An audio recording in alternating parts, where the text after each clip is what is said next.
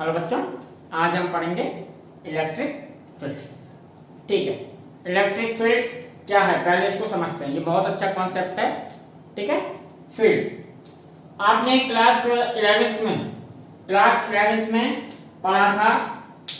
मान लीजिए ये है हमारी अर्थ, ये है हमारी क्या है अर्थ।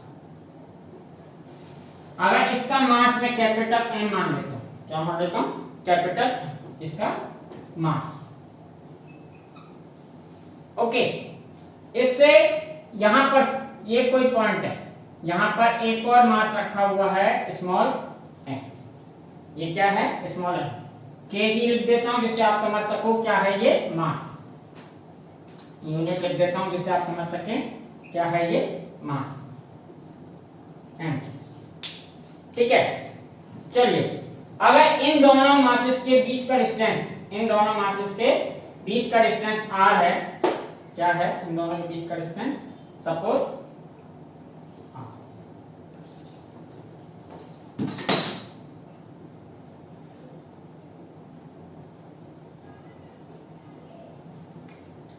तो हम लोगों ने पढ़ा है ये मास बॉडी इस मास बॉडी पर फोर्स लगाएगी और बाय न्यूटन ग्रेविटेशनल लॉ ये फोर्स क्या था?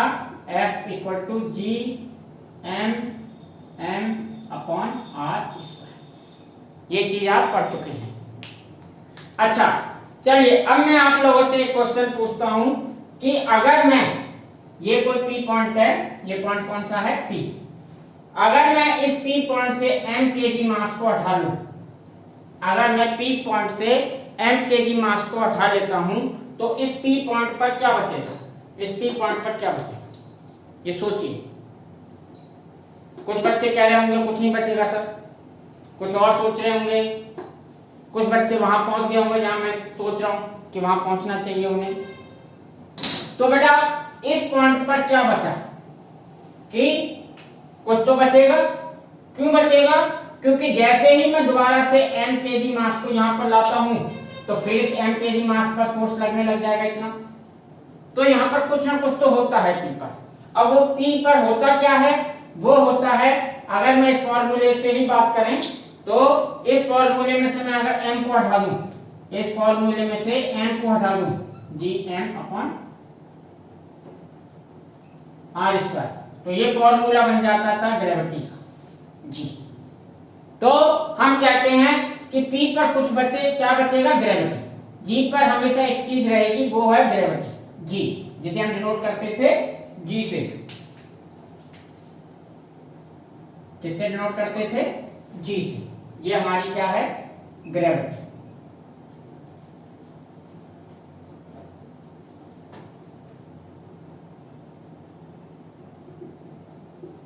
पढ़ते हुए आ रहे हैं आप?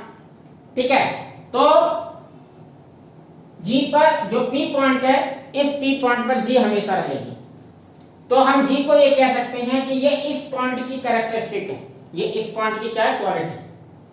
G इस पॉइंट पर हमेशा रहेगी कितनी? G M upon R square. इस मास की वजह से, इस मास की वजह से r डिस्टेंस पर G कितना रहेगा? G M upon R square. ठीक है, तो यहीं से ये कॉन्सेप्ट आया था कि अगर ये P पॉइंट यहां पर ना होके कहीं और होता तो भी ग्रेविटी होती, यहां पर होता P पॉइंट तो भी ग्रेविटी होती, कहीं भी होता सराउंडिंग में तो क्या है? ग्रेविटी होती। तो हम ये कहते हैं कि मास क्या करता है, या मास कह रहे हैं या कोई भी, ये अर्थ ली है मैंने, कोई भी मास हो वो क्या करता है? अपने सराउंडिंग एक ग्रेविटेशनल फील्ड बनाता है, उसको नाम दे दिया गया फील्ड का। फील्ड का कॉन्सेप्ट लाया गया। फील्ड के कॉन्सेप्ट से क्या है कि ये अपने चारों तरफ एक फील्ड बनाता है। ठीक है, उसके हर फील्ड पर कुछ ना कुछ ग्रेविटी होती है। ग्रेविटी यहाँ पर डिपेंड किस पर कर रही है? आर पर।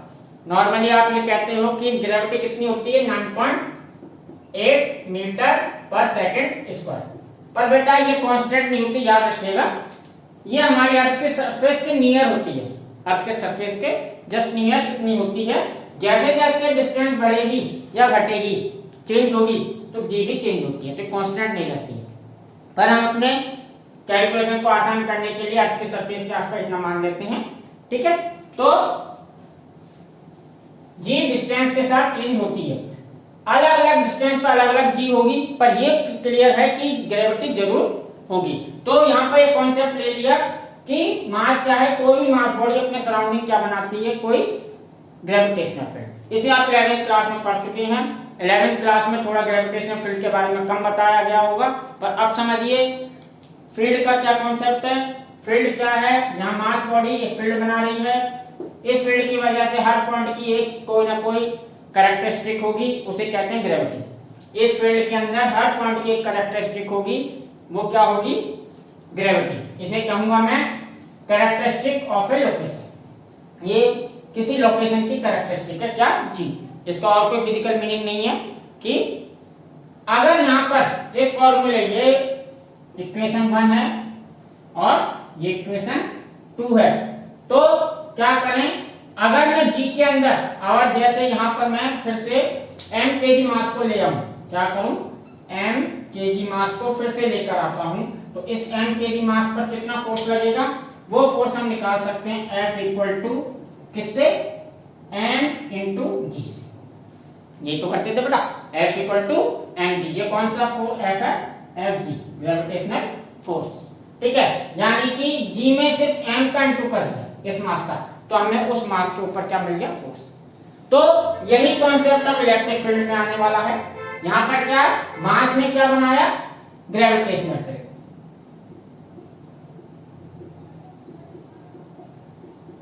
ग्रेविटेशनल फील्ड जिसे आप शॉर्ट में ग्रेविटी भी कहते हैं। अब हम अपने इलेक्ट्रिक फील्ड के लिए आते हैं। इलेक्ट्रिक फील्ड, इसमें एक बात देखिएगा बेटा, ये फॉर्मूला भी बेटा पॉइंट चार्ज, पॉइंट मासेस के लिए वैलिड था। अर्थ क्या है, बहुत बड़ी है। अभी आपने जैसे ये r डिस्टेंस लिया है, ये यहाँ पर इसके अर्थ के सेंटर पर हमने कोई पॉइंट ले लिया, इससे ले लिया, तो अर्थ तो बहुत बड़ी है। ये r कहाँ से लेनी चाहिए, इसमें मास तो चारों हर तरफ डिस्ट्रीब्यूट होगा, और हम ये मानते हैं कोई भी मास बॉडी किससे बनी होती है, पार्टिकल से। अब हर पार्टिकल से इस पॉइंट तक का डिस्टेंस तो अलग अलग होगा, तो इतने सारे डिस्टेंसेस को कैलकुलेशन में लेना पॉसिबल नहीं है, इसलिए हमने हमेशा पॉइंट मासेस लेकर किया था। क्या ये फॉर्मूला न्यूटन ने जो दिया वो पॉइंट मास लेकर उन्होंने अपनी थ्योरी दे दी कि आप इससे कर सकते हो। आप एक्चुअल करोगे तो एग्जैक्ट नहीं आएगा, क्योंकि अर्थ से अगर ग्रेविटी निकालना चाहोगे तो अर्थ तो बहुत बड़ी, पॉइंट मास नहीं है, ठीक है। तो पॉइंट मास वगैरह कॉन्सेप्ट है बेटा, इनको समझने की कोशिश कीजिएगा कि ये कैलकुलेशन को आसान बनाने के लिए है, ठीक है। फॉर्मूले एज इट इज हर जगह पे ठीक नहीं बैठेंगे, पहले समझिए फिर उनको प्रैक्टिकल आगे आप देखेंगे। तो ये पॉइंट मास नहीं है, तो बस समझ के चलिएगा कि ये पॉइंट मास के लिए वैलिड है, नहीं तो ये कैलकुलेशन, ये फॉर्मूला वैलिड नहीं होगा। कई सारी आर चाहिए होंगी, हर पार्टिकल से आप पी का डिस्टेंस क्या होगा, डिफरेंट डिफरेंट, हम कांस्टेंट आर तो ले ही नहीं पाएंगे। तो ये समझ गया, पी पॉइंट चार्ज के लिए, वो सॉरी पॉइंट मास के लिए, इसलिए ये वैलिड था। अब चलिए हम अपने इलेक्ट्रिक फील्ड पर आते हैं। मान लीजिए ये कोई चार्ज रखा है, यहां भी सेम वही कॉन्सेप्ट चलेगा बेटा जो ये है। यहां पर हमने कोई चार्ज रख दिया, capital Q, capital Q charge, ठीक है। ये हमारा क्या है, चार्ज, ये हमारा मास था, ठीक है। हमें मालूम है एक मास यहां रखा हुआ है, यहां भी एक कोई पॉइंट ले लिया, ये दूसरा कोई पॉइंट है, P पॉइंट ले लिया, ठीक है। यहां पर भी चार्ज रखा हुआ है, स्मॉल q, इसको यूनिट है कूलम, ठीक है, इसकी यूनिट है कूलम, और इनके बीच का डिस्टेंस सेम है r डिस्टेंस। तो हमें मालूम है ये वाला चार्ज q, इस वाले चार्ज पर फोर्स लगेगा by Coulomb's law, by Coulomb's law हमने पढ़ा था। कूलम्स लॉ से क्या पढ़ा था, फोर्स, इलेक्ट्रोस्टैटिक फोर्स बराबर होता है 1/4 pi epsilon not Q into Q upon R। ये चीज हमने पढ़ी थी बेटा। अब हम बात करते हैं, अगर मैं यहां से इस Q को हटा लेता हूं तो इस P पर क्या बचेगा। तो जिस तरीके से यहां ग्रेविटी बचती थी उसी तरीके से यहां क्या बचेगा, इलेक्ट्रिक फील्ड, ठीक है। यहाँ पर ग्रेविटी की तरह कोई शॉर्ट नेम नहीं बनाया, या ये कह सकते हैं यहाँ पर क्या होगी इलेक्ट्रिक फील्ड इंटेंसिटी। जैसे यहाँ मास ग्रेविटेशनल फील्ड बना रहा था, हम कहते हैं कोई भी चार्ज अपने सराउंडिंग क्या बनाता है, एक इलेक्ट्रिक फील्ड बनाता है। कोई भी चार्ज अपने चारों तरफ क्या बनाता है, इलेक्ट्रिक फील्ड। इसमें एक चीज और है, ये चार्ज कैसा होना चाहिए, स्टेशनरी, ठीक है, ये मूविंग नहीं होना चाहिए। मूविंग होगा तो दूसरा फील्ड बन जाएगा, जिसके बारे में मैं अभी बताता हूं। तो ये चार्ज कैसा होना चाहिए, स्टेशनरी चार्ज। तो कोई भी स्टेशनरी चार्ज अपने सराउंडिंग क्या करता है, एक इलेक्ट्रिक फील्ड बनाता है, एक इलेक्ट्रिक फील्ड बनाता है। अगर उस इलेक्ट्रिक फील्ड के अंदर कोई और चार्ज आता है, उस इलेक्ट्रिक फील्ड के अंदर कोई और चार्ज आता है, तो उसके ऊपर फोर्स लगता है। वो फोर्स कितना होता है, 1/4πε0 Q × Q अपन r²। ये कूलम्ब ने लॉ दिया हुआ है दो फोर्सेस चार्जेस के बीच फोर्स का। पर अगर चार्ज ना हो तो इस पॉइंट की भी एक कैरेक्टरिस्टिक है कि इस चार्ज की वजह से यहाँ पर क्या होगा, एक इलेक्ट्रिक फील्ड। वो इलेक्ट्रिक फील्ड होगा कितना, वो इलेक्ट्रिक फील्ड होगा बेटा E = 1/4πε0 Q/r²। एक Q हटा है, जो यहाँ पर Q कूलम्ब पहले से नहीं है। अब जैसे ही यहाँ पर फिर से Q कूलम्ब लाएंगे तो उस पर फोर्स लगेगा, ठीक है। और उस फोर्स को निकालने का क्या तरीका है, उस फोर्स को निकालने का तरीका है बेटा Fe। निकालना हो तो हम क्या करेंगे, यहां अगर Q चार्ज आता है, यहां क्या है, Q कूलम्ब चार्ज आता है,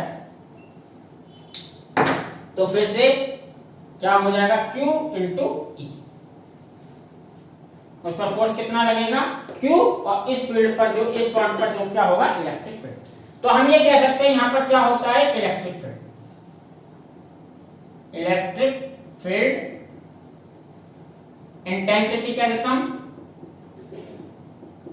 इलेक्ट्रिक फील्ड इंटेंसिटी या इलेक्ट्रिक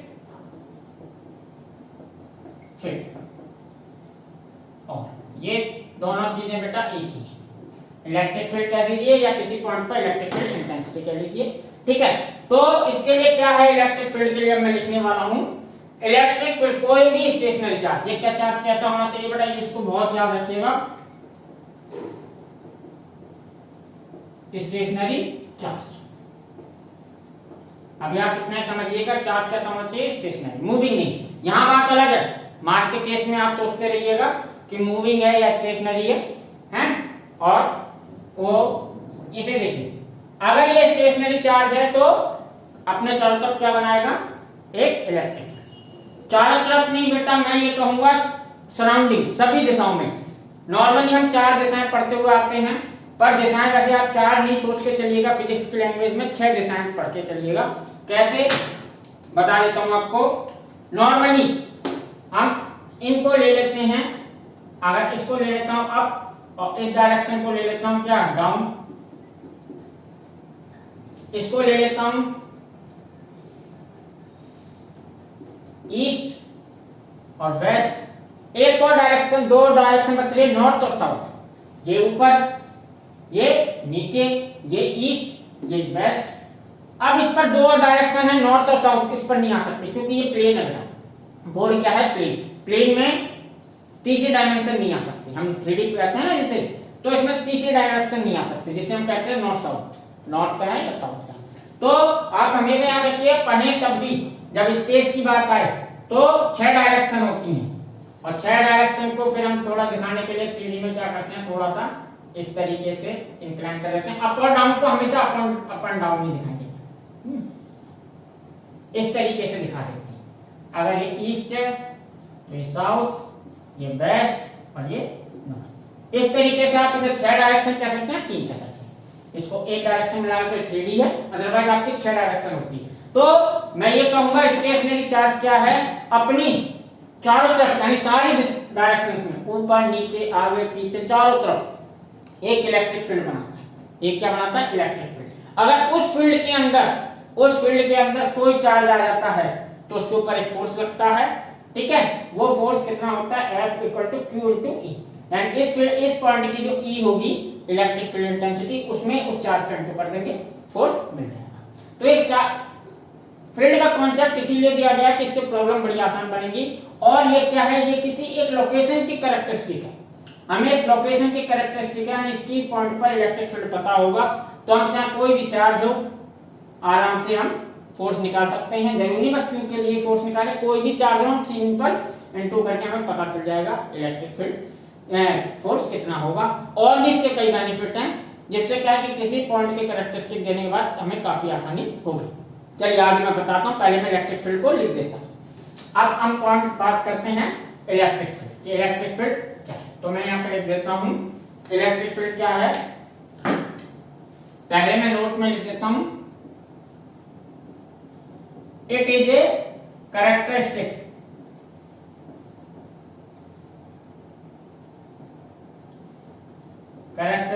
ऑफ ए लोकेशन। ये क्या है, किसी लोकेशन की कैरेक्टरिस्टिक है, ठीक है, किसी लोकेशन की क्या है,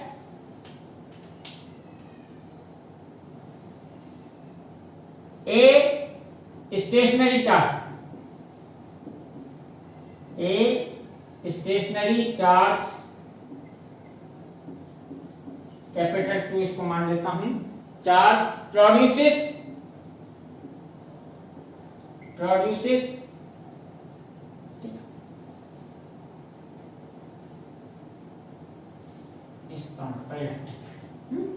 ठीक है, a stationary charge Q produces an electric field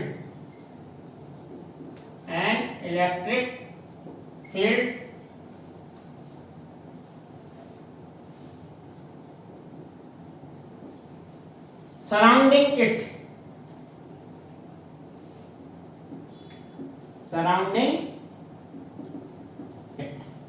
ठीक है।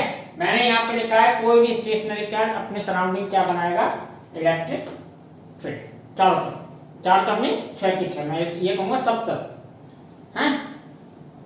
हम अपने सिर्फ बुक में 3 तरीके के फील्ड पढ़ेंगे, जिसमें से आप 2 पढ़ चुके हो। Electric field first time introduce हो रहा है, ठीक है। इलेक्ट्रिक फील्ड आसान है, फिर भी बाद में इंट्रोड्यूस हो रहा है। इससे पहले आप मैग्नेटिक फील्ड 10th में ही इंट्रोड्यूस हो चुका है। मैग्नेटिक फील्ड आपका 10th में ही इंट्रोड्यूस हो चुका है, जब आपने देखा था कि current carrying wire produce a magnetic field, यानी कोई करंट कैरिंग वायर क्या करता था, अपने चारों ओर एक मैग्नेटिक फील्ड प्रोड्यूस करता था। उस मैग्नेटिक फील्ड के डायरेक्शन वगैरह, Fleming right hand left hand rule वगैरह आपने तब पढ़े थे, अभी भी पढ़ेंगे आप इस चैप्टर के बाद। इस इलेक्ट्रोस्टैटिक के बाद जो सेकंड चैप्टर आएगा, सेकंड यूनिट आएगी मूविंग चार्ज, उसमें आप पढ़ेंगे। तो यहाँ पे याद रखिएगा, स्टेशनरी चार्ज क्या बनाता है, इलेक्ट्रिक फील्ड, मूविंग चार्ज क्या बनाएगा, मैग्नेटिक फील्ड, और मास क्या बनाता है, ग्रेविटेशनल फील्ड। ये 3 फील्ड आप पढ़ोगे, और ये तीनों फील्ड सिमिलर हैं, बहुत कुछ मिलते जुलते हैं। फोर्स अलग अलग डायरेक्शन में लगेंगे, वो अलग मैटर है, पर प्रॉपर्टी इनकी क्या है, कंजर्वेटिव फील्ड है। ये सब मैं आपको पढ़ूंगा, बड़ा अच्छा कॉन्सेप्ट है, इसी पर सारी फिजिक्स बेस्ड है, ठीक है। तो अभी बस यहाँ पर इलेक्ट्रिक फील्ड के कॉन्सेप्ट को समझिए कि इसने क्या किया, अपने सारी दिशाओं में इलेक्ट्रिक फील्ड बना दिया, ठीक है। यहाँ पे आप लिखना शुरू करता हूँ। तो सिंपल है कि कोई भी स्टेशनरी के लिए बात आ रही है, a stationary charge Q produces an electric field E surrounding it, ठीक है। और the electric field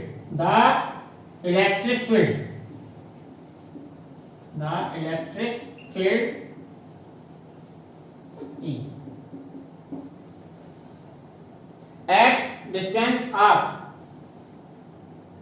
electric field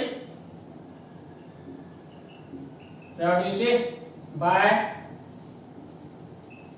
charge q at distance r is given as electric field E at distance r किस तरीके से दिया जाता है, 1/4πε0 Q/r। यानी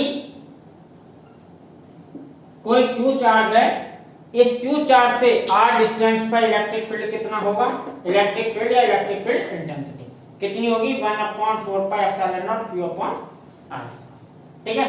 इसे याद रखिएगा। अगर इसकी यूनिट की बात की जाए तो अभी आप यूनिट यहां से ले लीजिए, इसकी यूनिट होती है न्यूटन पर कूलम, क्योंकि इसमें एक चार्ज कम है, कूलम लॉ में चार्ज था तो यहाँ फोर्स बन जाता था, चार्ज नहीं है, ये क्या बनना है इलेक्ट्रिक फील्ड, तो इसकी यूनिट क्या है न्यूटन पर coulomb.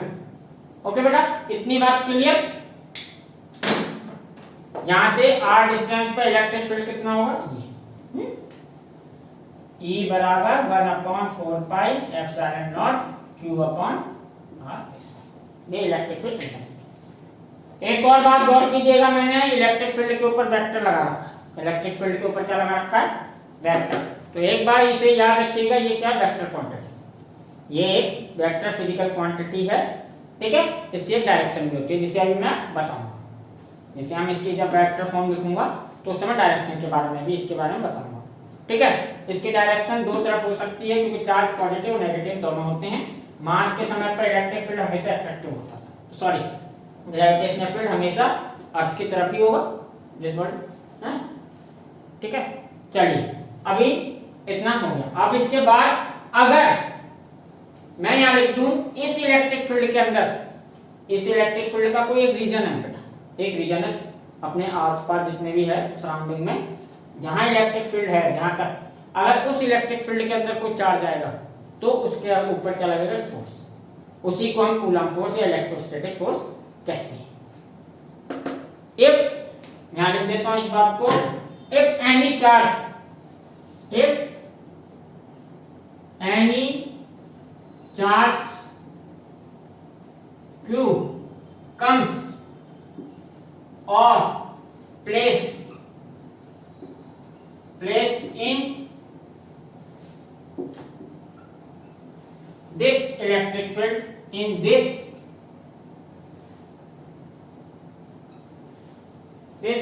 electric field, in this electric field, Q experience a force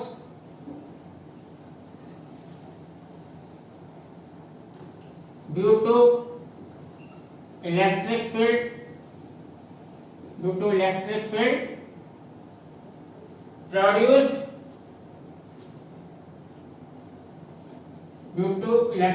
produced by Q, ठीक है। is given as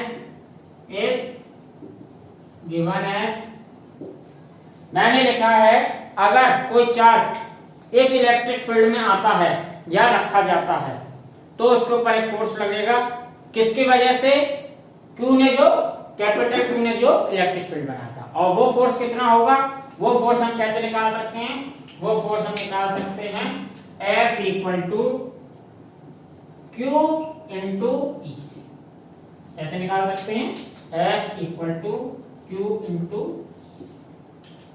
इससे आपकी यूनिट पता चल रही है, ठीक है। तो सिंपल है कि इलेक्ट्रिक फील्ड या इलेक्ट्रिक फील्ड इंटेंसिटी क्या है, किसी लोकेशन की, किसी पॉइंट की कैरेक्टरिस्टिक है, वो किसकी वजह से है, उसके पास कोई भी चार्ज रखा होगा, पॉइंट के पास या कहीं पर भी चार्ज रखा होगा, वो चार्ज क्या करेगा, एक इलेक्ट्रिक फील्ड बनाएगा अपने सभी डायरेक्शंस में, ठीक है। उस इलेक्ट्रिक फील्ड, किसी पॉइंट पर इलेक्ट्रिक फील्ड किस तरीके से निकाला जा सकता है, r डिस्टेंस पर electric field 1/4 pi epsilon not q upon r square से निकाला जा सकता है। अगर इस इलेक्ट्रिक फील्ड में चार्ज, कोई चार्ज आता है इस इलेक्ट्रिक फील्ड में, उस चार्ज का इसके अंदर इनटू कर दें E में, तो हमें क्या मिल सकता है, उस चार्ज पर लगने वाला फोर्स, ठीक है। इसको अगर मैं इक्वेशन 1 नाम दे दूं, इसको इक्वेशन 1 और इसको इक्वेशन 2, तो देखिए बेटा फिर से कूलम फ्लो आ जाएगा,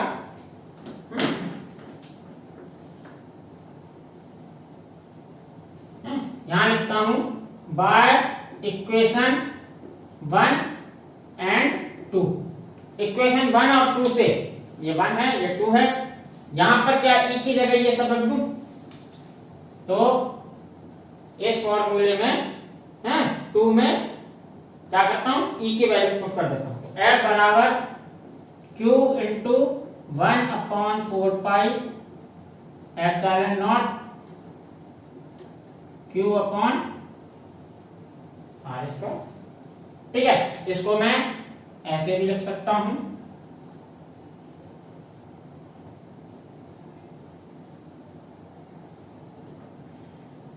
one upon 4 pi epsilon not Q into Q upon R square.